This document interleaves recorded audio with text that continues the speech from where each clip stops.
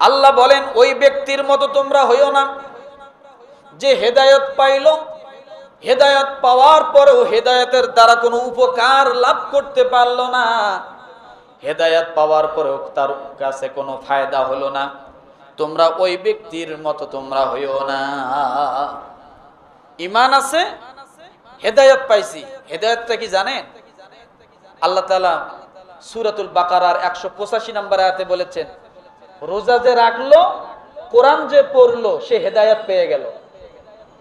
রোজা যে রাখলো, কোরআন যে পড়লো, ওয়ালিতুকমিলুল ইদ্দাতা ওয়ালিতুকাব্বিরুল্লাহা আলা মা হাদাকুম ওয়া লাআল্লাকুম তাশকুরুন।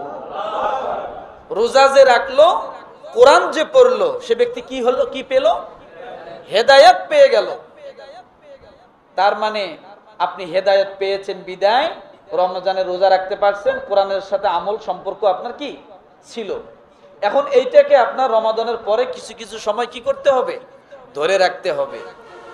এখন আপনি সেই হেদায়েত পাওয়ার পরেও যদি আপনি আগের মতো হয়ে যান, এক ওয়াক্ত নামাজ পড়েন না, কোরআনের সাথে সম্পর্ক নাই, আল্লাহর হুকুমের সাথে কোনো যদি সম্পর্ক না থাকে, আল্লাহ তাআলা সূরা আরাফের মধ্যে 175, 176, 177, 178 এই কয়টা আয়াতের মধ্যে আল্লাহ বনি ইসরাইলের একজন বিশাল বড় আলেমের কথা তুলে ধরেছেন। তার নাম হলো বালআম বাউরা। এটা বনি ইসরাইলের অনেক বড় একজন আলেম ছিল।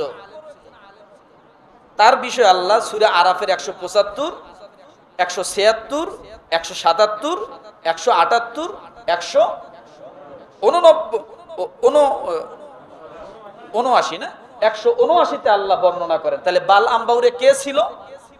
আল্লাহ কি বলে দেখেন, শুনবেন, একটু শুনবেন, কষ্ট হবে না তো? আল্লাহ পাক রব্বুল আলামিন নিজে বলেছেন, ওয়াতলু আলাইহিম নাবা আল্লাযী আতাইনাহু আয়াতিনা ফানসালাখা মিনহা ফাআতবাআহুশ শাইতানু ফাকানা মিনাল গাওয়িন। সূরাতুল আরাফ আয়াত নাম্বার 175। লোকটার নাম কি ভুলে গেছে? বালআম বাউরা, মনে থাকবে?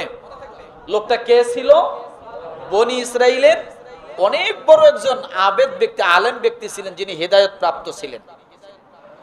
আল্লাহ পাক রব্বুল আলামিন বলেন, হে রাসূল, তাদেরকে সেই ব্যক্তির ঘটনা পড়ে শোনাও। আল্লাহ নিজে তার ঘটনা পড়ে শোনাইতে বলছে, তাহলে অবশ্যই ঘটনাটা অনেক মজার কথা, ঠিক কিনা? আল্লাহ বলছেন, হে রাসূল, আপনি তাদেরকে সেই ব্যক্তির ঘটনা পড়ে শোনাও যাকে আমি আমার নিদর্শনাবলী দিয়েছিলাম, অর্থাৎ হেদায়েত দিয়েছিলাম, কিন্তু সে তা সম্পূর্ণভাবে বর্জন করেছে। কি করেছে? সম্পূর্ণভাবে বর্জন করেছে। বুঝুন, হেদায়েত দিয়েছিল কিন্তু হেদায়েত কি করছে? বর্জন করেছে। আল্লাহ আমাদেরকে হেদায়েত দিয়েছিল কিনা? দিছে, কোরআন, সিয়াম। কিন্তু আমরা এটা যদি এখন বর্জন করি, তাহলে আল্লাহ এই বালআম বাউরের সাথে আমাদের কথা কেন তুলে ধরলেন একটু বোঝেন। শয়তান তার পিছু নেয়, পরিণামে সে পথভ্রষ্ট হয়ে যায়। অনেক বড় একজন আলেম, কেমন আলেম ছিল ভালো করে বোঝেন। 2 হাত যখন উঠাইতেন, আল্লাহর দরবারে দোয়া করতেন, যা দোয়া করতেন সঙ্গে সঙ্গে আমরা আল্লাহ তাআলা তার দোয়া সব কবুল করে নিত। মুস্তাজাবুদ দাওয়া ছিলেন তিনি। যা দোয়া করতেন, যদি বলতেন এখন বৃষ্টি হবে, বৃষ্টি হয়ে যেত। যদি বলতো বৃষ্টি থামো, বৃষ্টি থেমে যেত। যদি বলতো এই গাছ সরে যাবে, গাছ সরে যেত। তার এত ক্ষমতা ছিল তার আমলের। সেই ব্যক্তির কথা আল্লাহ বলছেন সূরা আরাফের 175-এ। কি বলছেন? মুসা আলাইহিস সালামের সময় এই ব্যক্তি ছিলেন। মুসা আলাইহিস সালাম যখন দ্বীনের দাওয়াত দেওয়া শুরু করলেন, কিছু সংখ্যক লোক মুসা আলাইহিস সালামের বিরোধিতা করার জন্য বিরুদ্ধে হয়ে এই বালআম বাউরার কাছে গেল। যায়া বলতেছে, বালআম বাউরা, আপনি একটু মুসার বিরুদ্ধে একটু বদদোয়া করেন। কার বিরুদ্ধে? কথা বলেন।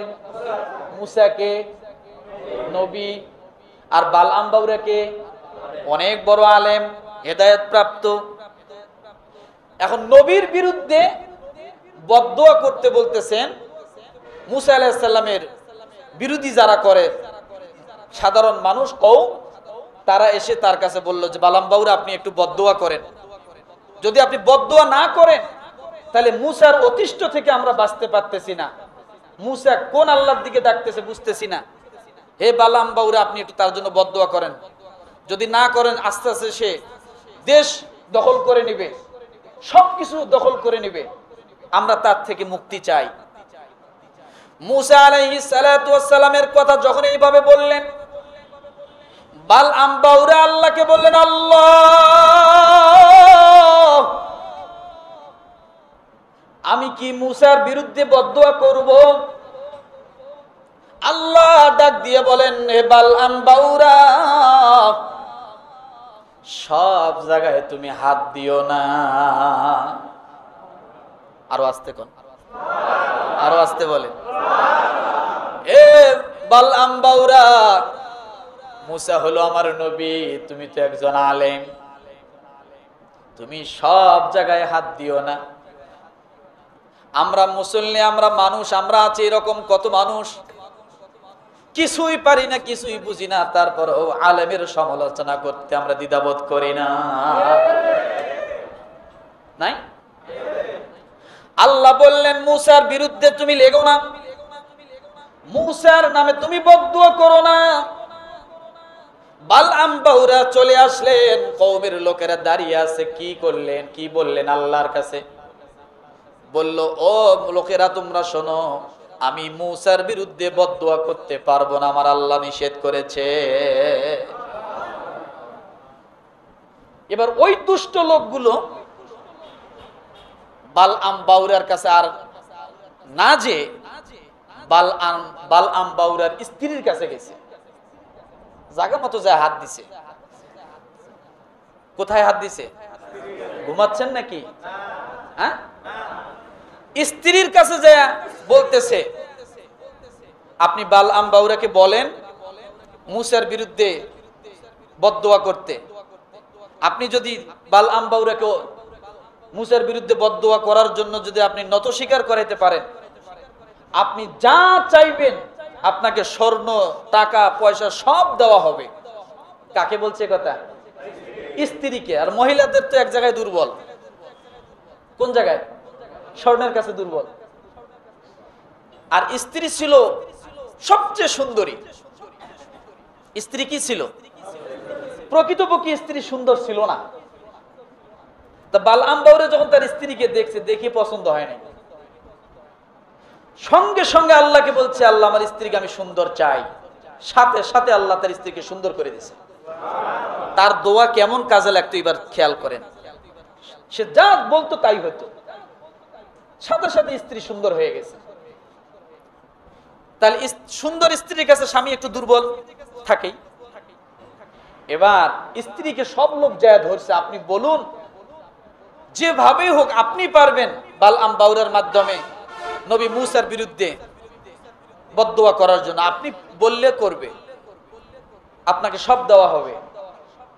এবার স্ত্রী বালআম বাউরাকে বলে, তুমি নবী মুসার বিরুদ্ধে বদদুয়া করবা। বালআম বাউরা বলে, আমি বদদুয়া করতে পারবো না। স্ত্রী এবার ডাক দিয়ে বলে, যদি তুমি মুসার বিরুদ্ধে বদদুয়া না করো তাহলে আমি তোমার সংসার করব না। এই শব্দ আমাদের সমাজে আছে না? নাই? আছে না? মাকে যদি ঘর থেকে বাহির না করো, তোমার সংসার করব না। বাবাকে যদি বৃদ্ধাশ্রমে না দাও, তোমার সংসার করব না। এলইডি টিভিটা যদি তুমি না এনে দাও, তোমার সংসার করব না। এবার ঈদের মার্কেট যদি দামি না হয়, মন মতো শাড়ি না হয়, সংসার করব না। এই শব্দ নতুন না, বালআম বাউরার স্ত্রীও করেছিল। আছে না এরকম শব্দ? শুনবেন? হ্যাঁ, অনেক সময় যাবে তো। হ্যাঁ, এবার বেকায়দায় পড়ে গেল বাল আমবাউরা। বদদুয়া যদি না করি স্ত্রী হারাইতে হবে। বাল আমবাউরা স্ত্রীর খপ্পরে পড়ে গেল। এবার পাহাড়ের চূড়ায় উঠলেন, উঠে কি বদদুয়া করেন? মুসা আলাইহিস সালামের বিরুদ্ধে বদদুয়া শুরু করলেন।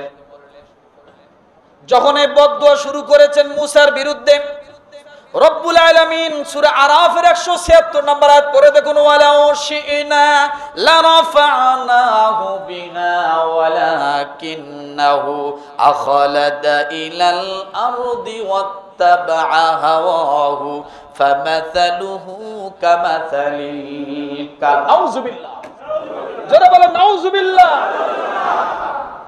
যখনই সে মুসার বিরুদ্ধে বদদুয়ার জন্য পাহাড়ের চূড়ায় উঠে কেবল বলা শুরু করেছে,